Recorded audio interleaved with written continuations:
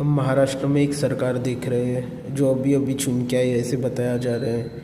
Basically ये सरकार ना कोई चुन के आई है ना इसने कोई चुन के दिया है।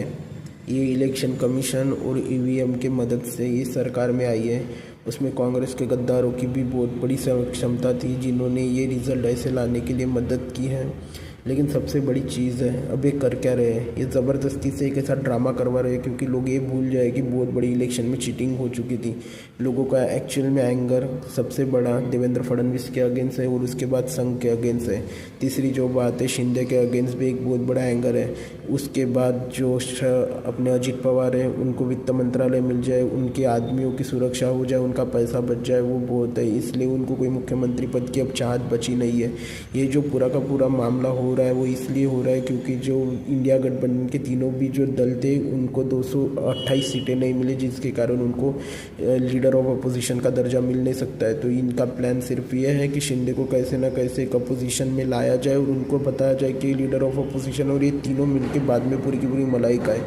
महाराष्ट्र में ये पूरा का पूरा इलेक्शन के साथ जो लोगों के साथ फ्रॉड हुआ है इसके खिलाफ बहुत बड़ी आवाज़ आनी चाहिए। बाबा आडव जो पुणे में बैठे हैं उनके लिए लोगों ने जाना चाहिए। प्रॉब्लम ये है जो हमारा यूथ है उसमें मैं भी हूँ और बहुत सारे, लेकिन हमारे जो पेरेंट्स हैं, लोगों के पेरेंट्स हैं, वो इन लोगों के साथ में जाना नहीं चाहते क्योंकि उनको डर लगता है। इनको लगता है कि कोई ना कोई हमें जेल में डाल देगा, हमारे पे पुलिस केस हो जाएगी, पुलिस केस हो जाएगी तो उसके बाद में प्रॉब्लम होगी।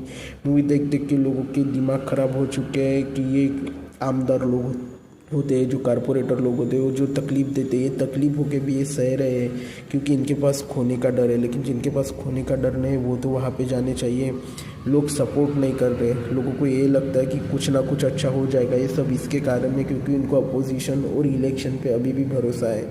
ये चीज़ लोग भूल जाए इसलिए इन्होंने महानगर पालिका का इलेक्शन डाल दिया है, जिसके कारण लोग ये अब जो कांग्रेस के अंदर अगर कोई सर्जरी होती, गद्दारों को निकाला जाता, लेकिन अब ये रुक जाएंगे जनवरी तक। उसमें भी यहाँ पे वो कई ठिकान पे अगर इंडिया गठबंधन जीत जाए तो पूरा का पूरा मामला शांत हो जाएगा। लेकिन जो बेसिक है, जो सरकार है महाराष्ट्र की, वो तो बीजेपी के हाथ में चली गई और अडानी के हाथ में चली गई। सरकार अडानी की है, बीजेपी की तो है नहीं। और अगर ये ऐसा ही चलते रहा तो क्रांति होने में ज़्यादा दिन रहेगी नहीं। लेकिन मेरा यही कहना है कि मैक्सिमम लोग बाबा आडो को समर्थन देने जाए, ऑनलाइन पिटीशन निकाले, सरकार के खिलाफ बोले। अगर वो तुम सरकार के खिलाफ नहीं बोलोगे, सरकार तुम्हें दबा देगी, तुम वैसे भी उनके गुलाम हो और गुलाम ही बन के रह